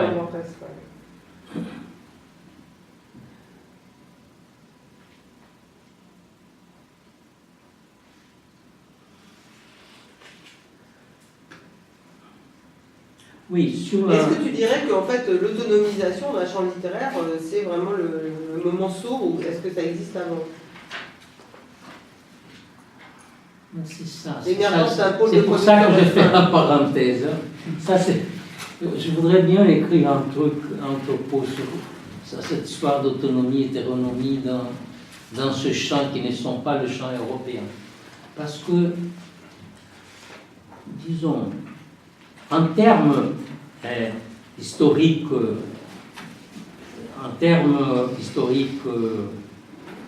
vraiment de ce qui s'est passé, Sourd signale une étape très très importante d'autonomisation. Ça, il n'y a pas de doute. Oui. Et l'œuvre de Borges est c'est le bon signe de ce qui se passe. Et aussi, dans les années 20 et 30, on est à la création de toutes les institutions et des instances, des consécrations légitimes, si l'on veut, comme la Société des écrivains, des sciences et lettres, des prix des sciences et lettres. Et... Ça n'existe pas au 19e? Non. Et se sont créés justement dans les années 20. Oui, donc ça va au même moment que la professionnalisation, développement professionnel. En fait, il y a une hypothèse de Sartre, c'est que l'autonomisation du champ culturel littéraire se produit au moment dont tu parlais, et que ça a un rapport avec la professionnalisation, mais aussi avec le fait que les écrivains commencent aussi à travailler dans la presse, oui, donc c'est vraiment... et c'est à peu près entre les années 20 et 30. Donc c'est équivalent de ce qui se passe dans les années 1820-1830 en France ou... 1920. Oui, j'ai bien compris. Non, mais je dis, c'est l'équivalent structural. Non, ce que j'essaie de comprendre, c'est qu'est-ce qu'il y a avant, en fait, au 19e. Ça, je ne connais pas. Je connais un peu la littérature brésilienne, parce que ça existe déjà, la 19e littérature de prose reconnue. Et vachement bien. Oui, mais ça, je connais, mais en Argentine, je ne connais pas au 19e. Donc il n'y a pas, c'est quoi? Il y a beaucoup, en fait, c'est aussi, il y a beaucoup de choses qui se publient, qui sont des choses publiées en France, qui circulent là-bas, mais il y a aussi une production locale. Donc c'est quoi? Dès la génération romantique, mais aussi toute la génération de Sarmiento. Oui, Sarmiento. Justement, avec Sarmiento, c'est la loi de l'éducation qui permet de finir avec l'analphabétisme. Je pense que c'est l'une des conditions, des possibilités du développement. La génération romantique, c'était surtout des poètes. Voilà. La génération romantique, c'était Chevary, c'était surtout des poètes. Et non, autre chose que tu as parlé, c'est... Après, quand je parle je veux dire, c'est une autonomie dont on sait qu'elle est toujours relative et qu'elle ne veut pas dire que c'est apolitique. Enfin, tu vois, tout ce que tu as soulevé, Avec tous ces... souscris complètement aux toutes ces- ambiguïtés de l'autonomie. Toutes ces nuances de gris, je suis d'accord. Voilà. Parce que c'est très politisé, là. Oui, mais c'est L'autonomie pareil, c'est se pour ça que- fait très politisé, c'est ça. Mais c'est pour ça que j'ai cité, tu vois, l'histoire de la NRF sous l'occupation, parce que l'autonomie, il faut comprendre qu'il y a des discours sur l'autonomie et il y a la pratique. Pratique, tu vois, oui, oui, voilà. Et c'est très ambigu dans les cas argentins. Je pense que c'est une ambiguïté structurelle qui tient en condition de la genèse du champ littéraire, les conditions sociales. Justement, si l'on suit les prises de position, par exemple, de Borges, il est anticommuniste, anti-péroniste, il exprime, je pense un habitus très, très propre du développement du champ culturel des années 30. Très contre l'État, contre l'intervention de l'État. Il a eu un moment de gauche, parce que dans la fin des années 90, c'est vrai, il a signé le manifeste en faveur des Ligoges. Mais après, au fur et à mesure que, vous savez, je montre ça dans le texte, il n'y a eu jamais aucune prise de position dessous sur aucune prison d'intellectuels dans toute cette période. Il y a eu des dizaines de prisons intellectuelles importantes. Et ils ne sont jamais manifestés. Le seul moment où il s'est manifesté, lui et les assistantes de Vittorio, Bianco et tout, c'est au moment où il y a eu la prison de Salvadora Medina de Umbruglia, la femme de Botane. Mais ils ne se sont pas manifestés en dessous. Ils ont fait un manifeste qui n'a pas été publié. C'était un manifeste comme, disons, sous la table. Bon, ça c'est bien, un manifeste que personne, c'est pour seulement les intéressés qu'ils savent. Et c'est ça le problème. Cette histoire d'autonomie, hétéronomie, m'inquiète toujours parce que quand ça peut devenir une formule très rapidement. Ouais, il faut pas, oui. Et il ne faut pas. Non, mais il faut toujours réfléchir à l'autonomie par rapport à quoi? Il y a Ouais. par rapport au marché, par rapport à la politique, par rapport à quelle politique, par rapport à quelle demande. Et aussi, par exemple, moi j'ai toujours la question, alors comment c'est possible de parler d'autonomie s'ils sont politisés? Je dis, mais c'est pas antithétique. La question, c'est la réponse. L'autonomie, c'est est-ce qu'on agit en réponse à une demande extérieure contre aussi des rétributions, ou est-ce qu'on intervient politiquement à partir d'une position dans le champ littéraire, dans le champ intellectuel, critique. Enfin, je veux dire, Zola, c'est pas de l'hétéronomie, son intervention dans l'affaire Dreyfus. Voilà. Donc, c'est pour ça qu'il faut analyser chaque fois de quoi on parle, et puis pas justement pas en faire une formule, et que ce soit des termes pour interroger plutôt que pour apporter des réponses. Hein. Mais ça, c'est comme tous les concepts. Oui, mais pour les catholiques, c'est ça. Ils commencent en tant que des auteurs importants dans la table de matière, des gens comme Irazusta, par exemple. C'est un historien très conservateur qui écrit beaucoup dessous, pendant plusieurs années. À la fin des années 30, il commence à exclure ces auteurs parce qu'ils se sentent comme... c'est un défi des catholiques à eux. Alors, ils font le tri. Mais il y a un certain moment où les catholiques et des auteurs catholiques importants, comme le frère Irazusta, ils ont écrit beaucoup en dessous. Beaucoup.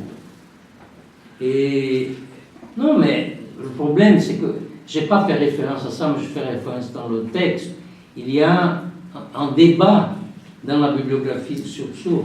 Il y a toute une tendance qui décrit Sourd comme un instrument de classe, disons, de Vittorio Campo, de l'oligarchie, Blas Matamor, des auteurs comme ça.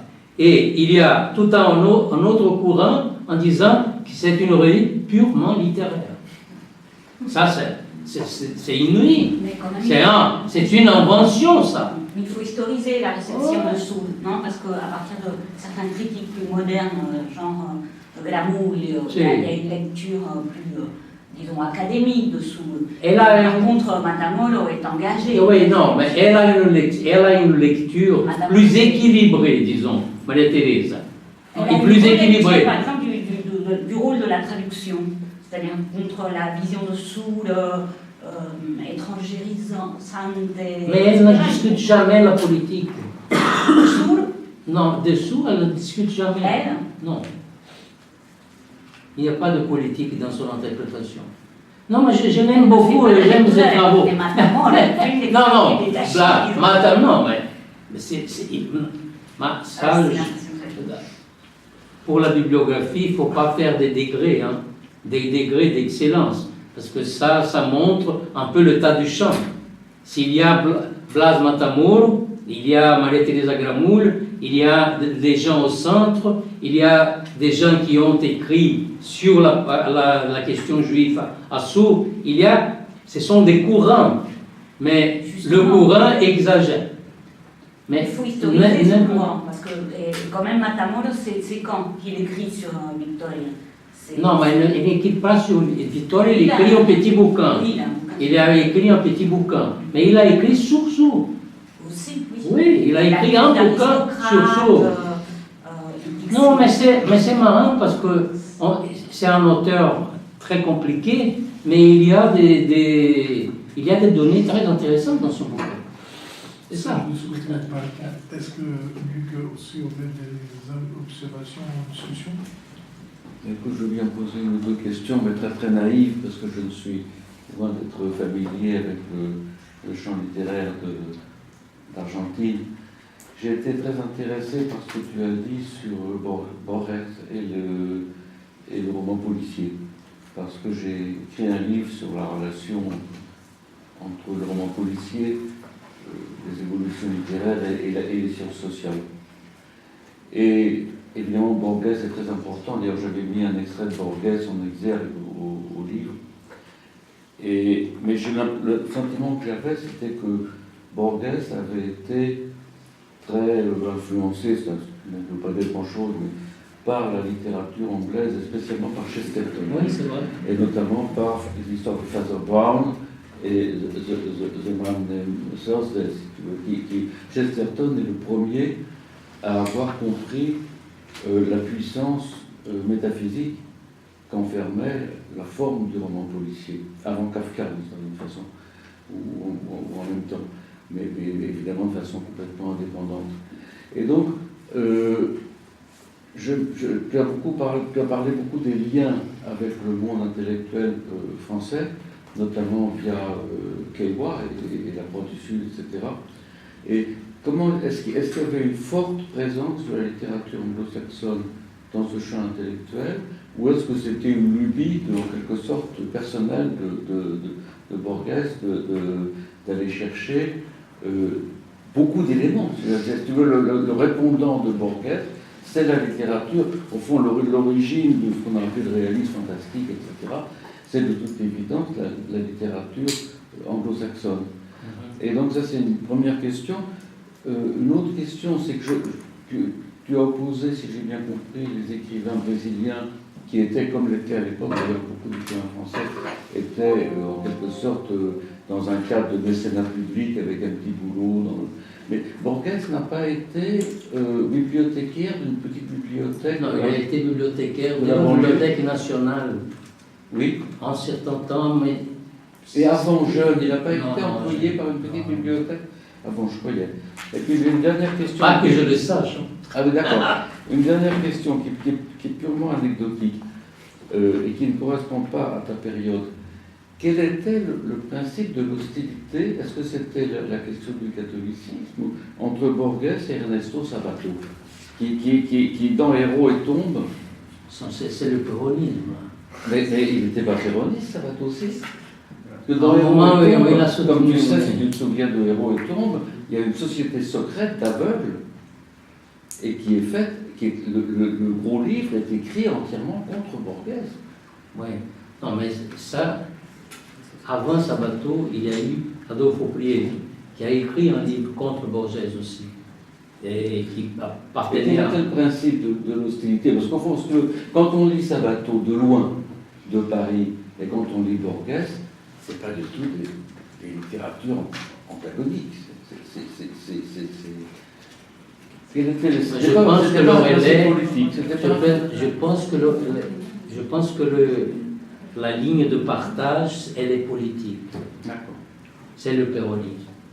C'est Et toujours ça. Sabato était très anti-péroniste. Les deux. Non, moi je pense qu'à un moment, Oui, ça. Les deux. il y a eu beaucoup de moments de Sabato. Hein. Mais ça, je Et sais pas. pour Chesterton, parce que si tu veux, pour terminer sur cette histoire de roman policier, il y a eu deux grandes traditions du roman policier qui sont complètement étrangères l'une à l'autre, en gros. Tu as la tradition anglaise qui commence avec anglo-saxonne, avec Edgar Poe, mais qui surtout avec les histoires de Sherlock Holmes, que Chesterton va imiter, mais en faisant en reprenant une thématique métaphysique. Et puis tu as la tradition française qui est celle du roman policier social, dont Maigret a été la principale illustration. Et les deux n'ont rien à voir. Il n'y a jamais eu aucun mélange entre les deux. Et donc, il me semble que c'est la première qui a été connue et que l'on retrouve. Tu connais le bouquin de Caillois sur le roman policier? Quoi? Le bouquin de Caillois sur le roman policier? Non. Alors, Caillois, il a publié dans les années 30, il a publié en espagnol, oui. je pense qu'en français aussi Non. c'est sorti, et Borges a fait un compte-rendu d'Ansure. Et son explication de Caillois justement était d'attribuer beaucoup de sources historiques dans la genèse du roman policier. Et Borges contre-attaque avec un compte-rendu féroce en disant qu'il était complètement désinformé et qu'il fallait se renseigner parce que le roman policier, c'est un truc anglo-saxon. Il n'y a rien de français. Un Rien... petit peu. Non, mais c'est ce que dit Borges. Il a horreur à la police. Et l'autre a une réplique. Il y a toute une discussion. Mais ça pourrait t'intéresser, le bouquin de Caillois. Oui. J'ai fini là-dessus, malheureusement. Ça serait pour une seconde. Alors, pour le lobby Non, mais il y a quand de... même, juste là-dessus, parce que Poe est traduit par Baudelaire, à cette époque, c'est le premier titre qui sort dans la Pléiade, des œuvres complètes de Baudelaire, dans lesquelles il y a les traductions de Poe. Oui, mais la question de Baudelaire. Et entre... il y a Faulkner et tout ça est traduit chez Gallimard dans les années 30. Tout le roman policier est importé dans les années 30 en France dans sa version la plus légitime, la plus la purée. Donc ça peut très bien avoir circulé aussi via... Oui, mais Borges, ce n'était pas le roman policier américain quand même. Et je pense que ça peut vous intéresser de savoir qu'il a dirigé une des collections de littérature policière qui s'appelait le 7e circulo de l'enfer, c'était pour ça. Et ça, c'était l'introduction, l'importation de romans policiers anglo-saxons, plutôt anglais, et contre le polar. Mais pour le lobby anglo-saxon, il faisait le lobby. Mais Sourd a publié beaucoup d'auteurs nord-américains et anglais. Et ça, on ne peut pas l'attribuer seulement au lobby de Borges. Mais il ne partageait pas, disons, les prises de position de ces critiques littéraires conservateurs et des poètes, Eliot et tout ça. Tout est une prise de position très spiritualisée, il n'est jamais d'accord avec ça. Alors, pour le roman, pour le lobby, il faisait le lobby. Il était obsédé avec Chesterton. C'était tout le temps ça. Et pendant que tu parlais, je me souvenais il avait fait un compte-rendu d'une biographie de Chesterton en faisant l'éloge complètement fou de Chesterton. Bon, peu de gens lisent Chesterton aujourd'hui, mais oui, il y a beaucoup de gens qui lisent. C'est très intéressant. C'est intéressant. Et non, mais ça c'est pour le lobby. Mais je pense que pour le roman policier, c'est ce que tu as mis le doigt sur le point qu'il a refusé dans Caillois. Parce que Caillois voulait, disons, faire une histoire globale avec plusieurs sources, une genèse historique qui provenait de beaucoup de pays. Il dit non, non, non, ça c'est toute une invention, il n'y a rien de ça. Dans les années 30, il y a eu que 2 auteurs en philosophie et sciences sociales qui s'étaient vraiment intéressés au roman politique, Krakauer, en Allemagne, qui a été le premier. Et c'est un Français, j'ai l'édition, mais j'ai oublié le nom, qui a écrit dans les années vers 25 une thèse, en fait, qui s'appelle Le roman policier et la science. Et à ma connaissance, avant-guerre, c'est les 2 seuls ouvrages, disons, académiques sur le roman policier. Il y a le truc, l'essai de, comment ça s'appelle là, de Francfort, Krakauer. Ouais. Oui. Il a écrit aussi un... Bien sûr. Ouais. Il a été publié longtemps après. À Il long était terme. dédié à Adorno. Oui, c'est ça. On a encore un peu de temps pour d'autres questions posant à ça. Je me permets de lancer ça juste, c'était cette première partie qui avait dit, il avait commencé par tout un ensemble de comptes rendus de critiques de cinéma pour après s'attaquer à la littérature. Et alors, me venu comme point, tout ça c'était le cinéma nord-américain et européen où il y avait des Non, ébauches. surtout Nord-Amérique. D'après ce que je me rappelle, il n'y a presque pas de film européen qui fait le commentaire. C'est toujours, il est toujours intéressé par quelques metteurs en scène, spécialement, ceux que j'ai nommés. Sternberg, Lubitsch, où il s'intéresse beaucoup aussi aux adaptations cinématographiques d'œuvres littéraires. Ça aussi, il y a beaucoup de comptes rendus sur ça. Mais c'est le cinéma nord-américain. Ok. Bon. Donc, question ou commentaire? J'ai une question aussi, ça peut être naïf, parce que... Doit avoir plus fort, s'il te plaît. Pardon. L'Argentine aussi, c'est pas un terrain que je connais pas plus qu'en visitant en tourisme.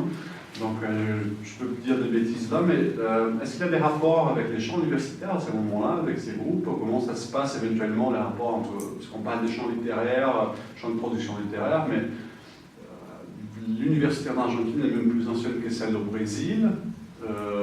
Donc, ça, c'est une invention. Hein. C'est On va arriver à ça. Et donc, pour savoir ça, s'il y a un rapport entre les champs littéraires et les champs universitaires, si les champs universitaires étaient constitués ou pas, alors, comment ça se passe en fait? On n'en parle pas. Je propose qu'on prenne 2 ou 3 questions et comme ça tu réponds une seule fois. D'autres questions, hein? Oui? Donc là, vous avez dit que vous avez fait des comparaisons en fait entre Brésil et Argentine. Non, très peu là, ici. Oui. Hein. Mais moi, ce que je trouvais intéressant, c'est des moments de coproduction en fait. Donc Révusure qui publie sur le Brésil un volume. Après, moi je connais très peu, je ne suis pas spécialiste du tout, mais je sais que la traduction, un peu la connaissance des borges au Brésil par le sud, par des traductions, on parle d'une certaine peut-être fréquentation, c'est-à-dire ces conjonctures où il y a vraiment une coproduction. Où il y a, c'est-à-dire où ces 2 histoires, c'est des moments de 2 champs différents, se croisent ou sont en relation. Est-ce que vous prenez un peu ça en compte? Comment ça se joue à ces moments-là? Merci. Une autre encore, avant que...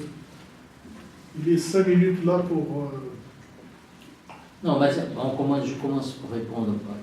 J'ai un étudiant qui fait le postdoc avec moi, qui est en train de faire une histoire comparée dès le 19e entre c'est Davis. Il a pu explorer les sources biographiques, les ressources bibliographiques à la Bibliothèque nationale, les correspondances des écrivains argentins qui ont été au Brésil, qui ont servi dans l'ambassade argentine à Rio et tout ça. Bon, il a exploré tout ça. Mais disons, il a fait un compte-rendu, un rapport, disons, mettant en gros le moment où il y a eu un rapport. Hein, et dans le genre que tu mentionnes. Par exemple, il y a eu le moment de la traduction des ouvrages de Monteiro Lobato en Argentine. Alors, il essaye d'expliquer comment cela s'est passé. Mais Mais moi, je n'ai pas exploré ça. Hein. Je n'ai pas exploré ces versants parce que j'ai fait attention à le numéro spécial sur le Brésil, étant donné les circonstances du contexte, le moment où ça a été publié. Et tout ce que je fais de comparatif, c'est sous la table. Hein. Ce n'est pas un essai très comparatif. Hein. Le comparatif, c'est pas un moment important. Mais ta question, elle touche un sujet important parce que ces étudiants, il est en train d'étudier les médiateurs, les traducteurs brésiliens d'ouvrages en espagnol argentin, des ouvrages d'Argentine, et les traducteurs argentins de Graciliano Ramos, de Monteiro Lobato. Et ça fait, disons, une histoire réelle de rapport très intéressante. Mais je n'ai pas dit ça. Il faut les mettre en relation. Hein? Il faut les mettre en relation avec en fait. Ouais, non, mais je vais te donner le nom de Pour l'université, tu sais, la génération d'avant-garde brésilienne ils ont tous fait la fac de droit, hein, sauf Mario Andrade qui n'a pas fait le droit. Et les Argentins, cette génération d'avant-garde argentine, et Maréchal, tous ces gens, quelques-uns ont fait des études de droit, mais ça n'a pas été très important pour leur carrière, parce que leur carrière dépendait surtout de l'engagement et de trouver un emploi dans un groupe de presse important. Ça a été toujours, la vie intellectuelle argentine a toujours été très dépendante de ça. Ou de se mettre dans un réseau qui pourrait aider avec un éditeur, diffusion dans des revues littéraires ou dans des revues à gros tirage, tu vois. Et je n'ai pas fait attention à ça. Je te réponds comme ça sur le tac, mais c'est pas un trait morphologique. Ou peut-être j'aurais dû faire attention, mais je n'ai pas fait. Voilà. Sergio, du côté des Espagnols quand même, il y a des liens importants avec l'université, des Espagnols qui étaient dans le Grupo Sur, et par exemple Amado Alonso, mais ça c'était après ta période, mais quand même... Non, Amado Alonso, non, les Espagnols, oui, mais ils enseignent. Non, il y avait des Espagnols qui enseignaient en Argentine. Oui, mais Borges avait horreur d'eux. Tu vois, chaque ouvrage qu'ils publiaient, Borges faisait un compte rendu contre eux, tu vois, en disant qu'ils exagéraient, que c'était pas comme ça et tout ça. Bon, non, mais je suis d'accord. Au réseau, je dis pour la question du collègue, hein. Je veux dire, il y Ouais, avait un ouais. réseau très fort entre l'Institut non, il y avait Argentine, le Grupo Sur et les... Non, il y avait aussi la mode de la, non de la stylistique, mais de la mode de... Comment est-ce que je ne me rappelle plus de l'analyse de texte très... Philologie. Hein? Philologie, oui. C'est tous les Espagnols philologues qui étaient à Buenos Aires. Mais Borges réagissait beaucoup à ces gens. Hein? Je commence la partie littéraire examinant la critique, le compte-rendu qu'il fait du travail de lui. Tu vois? Ouais. Et non, mais je t'ai répondu parce que je n'ai pas travaillé sur ce lien. Hein. Et sur l'histoire de l'université, ce que je voulais dire, c'est que on dit ça dans tous les manuels, hein, que l'université brésilienne est beaucoup plus tardive. Bon, les écoles de droit, de médecine